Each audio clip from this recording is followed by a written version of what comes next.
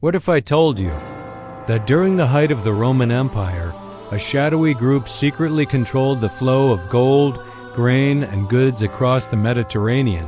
Not the Senate, not generals, not Caesar himself.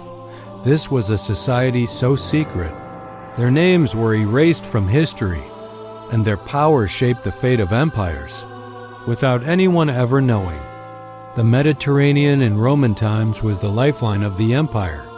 Ships carried olive oil from Hispania, grain from Egypt, wine from Gaul, and silk from the East.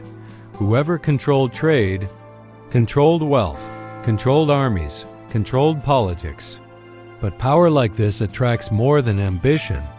It attracts secrets. Records hint at a group of merchants, financiers, and even corrupt officials who operated in the shadows.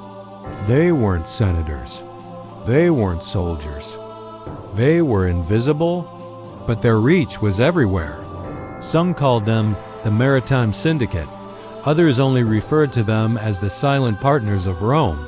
How could a hidden society control an entire sea?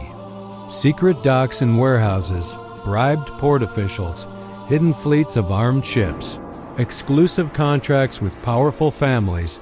They could make entire cities prosper or starve just by redirecting cargo. Even powerful senators were not safe. Letters and fragments reveal that bribes and favors flowed like wine. A Roman consul who defied the syndicate might find his trade blocked, his allies betrayed, or mysteriously assassinated. They weren't seen, but their influence touched every major decision in the Mediterranean. As Rome expanded, the syndicate grew bolder. Merchants whispered in secret chambers. Ships vanished without explanation. Wealthy families owed more than money. They owed loyalty. Fear became currency as much as gold, and the empire?